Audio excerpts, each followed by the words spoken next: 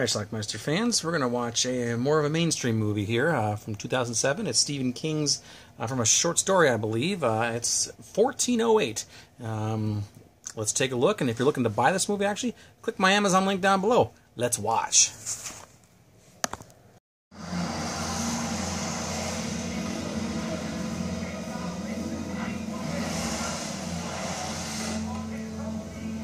Here we meet John Cusack. He's a writer. He writes about haunted hotels. His name is Mike. All about our haunted history. Well, this staircase here, this is where the maid reputedly hung herself in 1860. There's a picture. He's skeptical about every hotel he stays in. Nonetheless, he stays in all the rooms. Garlic, chocolate cake on a sugar scale. I wore the Weeping Beach in 6 calls. A glimpse of that elusive. He's never really seen a ghost, though. So you're saying there's no such thing as ghosts? I'm saying I've never seen. So he's checking his mail and he gets a postcard from the Dolphin Hotel, featuring the Dolphin Hotel, which says, "Don't enter 1408. Intrigued." He tries to get a room. 1408? One moment, please, sir. Sure. I didn't tell you which date.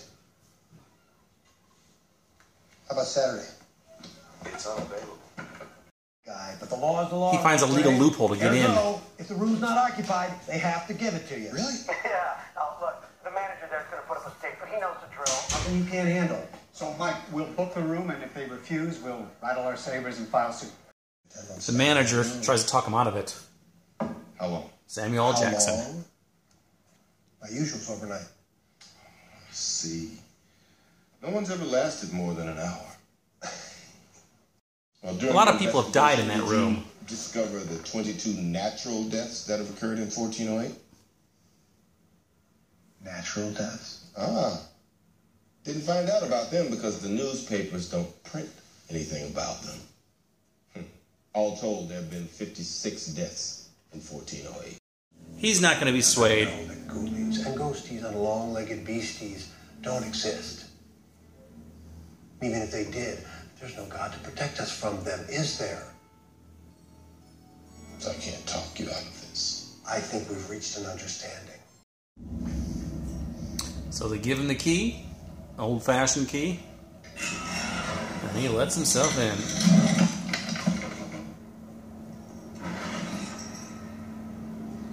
Will he get out?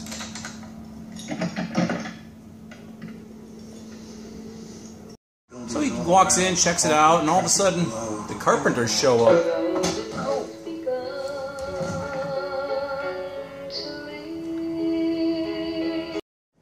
He's still not convinced of anything, though. Try harder, asshole! Nice and warm for you up there. It's hot down here, Bubba.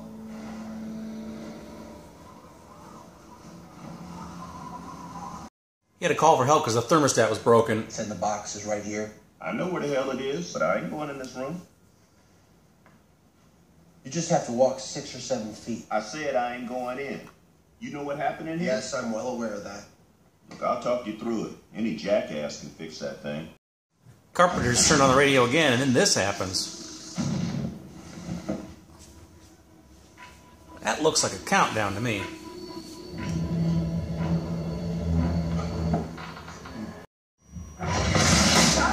And that happens.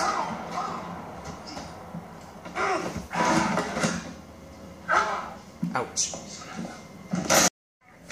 After a few more creepy things, he decides, yep, I'm out of here. You win. Listen to me. You win. I'm checking out. I'm hurt. Do you understand? My goddamn hand is hurt. I understand. Your call is important to us. He's done. He can't get out. The key breaks. The doorknob breaks. He's stuck. And then this happens.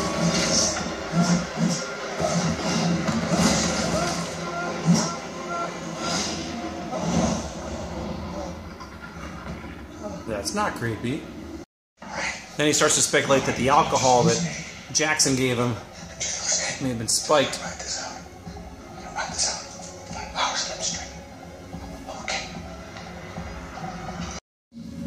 And then he sees a spectral figure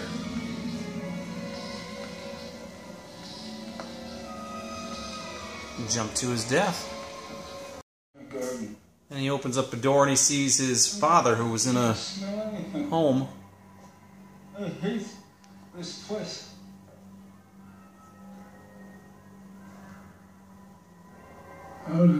Okay. Then he gets this less than brilliant idea to crawl out the window to the window at the room next door.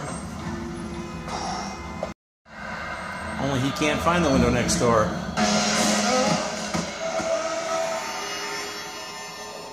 Well, that explains that. Eventually he gets back to his own window, though. He won't do that again. He reaches his wife on the computer. They've been separated since the death of their daughter. Look, I'm at work, okay, so why don't you call me home tonight? I'm trapped in this room, this place. Like, you're always trapped in weird places. He gets into the air duct above the room, but every place he looks out, or down into, he sees his past life. You lost a kid too. An amazing talent for stating the obvious, Pop. You think I don't know that? On his way back, he finds what appears to be a dead body in there. Or maybe not so dead. No. He's coming for you. He does manage to get back to the room again, and then everything is like winter. Accurately describe Orpheus on the Orpheum. And his computer starts working again. Yeah, they're at the hotel. Didn't you say the Dolphin? Yes, You're right. sure? Yes, 1408. Mike, they're in 1408. The room's empty. Mike? And it looks like a flood is about to occur in his room.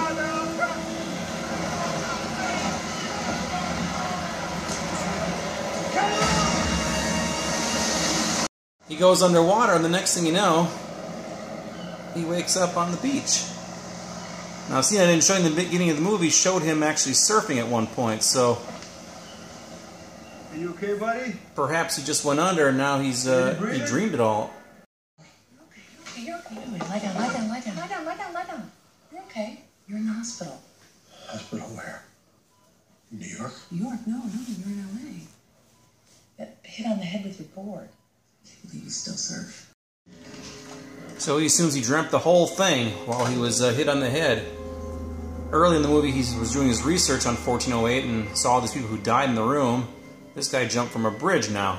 Earlier it said he had jumped from the window of 1408. At one point he goes to the post office and all hell breaks loose. They start breaking the place up, and behind the walls is a familiar sight to him.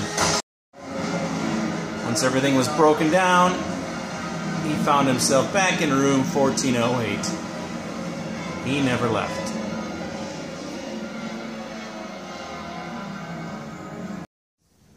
And then of all things, Daddy, he sees his dead daughter, Katie. No. You're not Katie. need help. Please. You're not real. I'm cold. You're not Katie. He holds her, embraces her, and then she dies in his arms. You're back.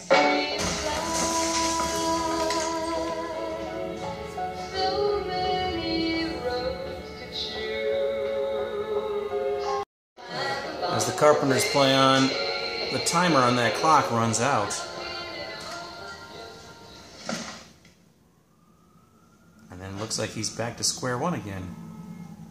Well, Mr. Enslin, you can choose to relive this hour over and over, or you can take advantage of our express checkout system. The timer on the clock went to 60 minutes again.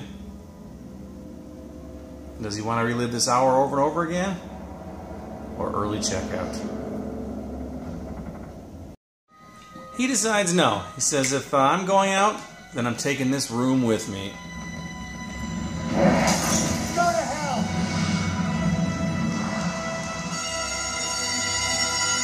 Ted Skull!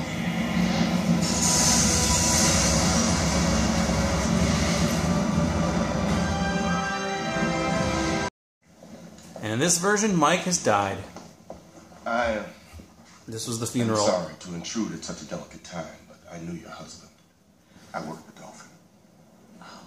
While we were cleaning up, we came across some of his belongings. Oh, yes, of course I understand. But it's important that you know that he did a great thing. He did not die in vain. What are you talking about? Because of him, the room won't reopen. All right. Okay.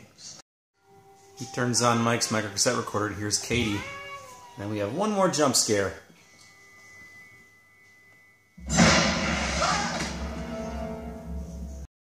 Our final scene finds Mike in the hotel room, hearing Katie calling. Of course.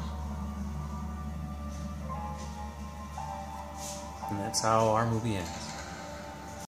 Alright, let's talk about this movie, 1408. This movie has the distinction, for me anyway, of being the only movie that I ever watched in the state of Alaska. I actually went to the movie theater when I was in Alaska in 2007, and this was playing. I think it was over 4th of July week, and that's when we saw it. I liked it. I always thought it was kind of creepy. Haven't seen it since until today. So, put out the Blu-ray now. I got to tell you, though, as the movie was ending, I was very confused because I remembered a different ending. I remember an ending where he was actually rescued from some firemen who busted down the door. Turns out there are some alternate endings to this movie, and they are included on this Blu-ray, so I got to see the original ending. Apparently, test audiences did not like the original ending, which was what we saw on the Blu-ray here, where he dies. They wanted to see John Cusack escape, and so they reshot a different ending where he does escape and get out. And that's what I remembered. So again, I was really confused by this. So anyway, the movie itself, overall, I thought it was really good. I liked this movie. Critics generally liked this movie as well. I like John Cusack. I've always liked him. And I, too, was kind of bummed to see him die at the end of this version here, in addition to being confused. Because I wanted to see him escape. That seems to be the whole crux of the movie. He's got to get out. And this time, in this way, he took out the room, and he managed to save himself, too, which was kind of cool. So, and it was still kind of creepy, though, at the very end, on the alternate ending, which was included on here, where he survived, and then he pulls out his microcassette recorder, and you can hear his daughter, Katie, talking on there, which was what was happening in the room. Wow. So anyway, I did like the movie. I like the ghost aspect. When we have the ghost jumping out the window, he sees these images of these people jumping, and the person who was slashing at him in the room. I just liked it. I really like this movie a lot. I don't really honestly know what some of the hardcore Stephen King fans or horror movie fans feel about this movie, and I actually really don't care because I liked it, and that's really what matters to me. So anyway, but I did see it's got a decent Metacritic score, and the people on IMDb like it too. So I'm guessing most horror fans generally like this movie as well. So anyway, I liked it. I'm sure a lot of you have seen this movie. Let me know what you think about it. If you think I'm totally wrong and you hated this movie, tell me why. Leave some comments down below. We'll talk about it. It's called The Mist, and if you're looking to buy this movie, you certainly can. It's available in several forms. I have a link in my profile down below there where you can actually click it and get it from Amazon. So let me know what you think about it. Leave some comments. Bye.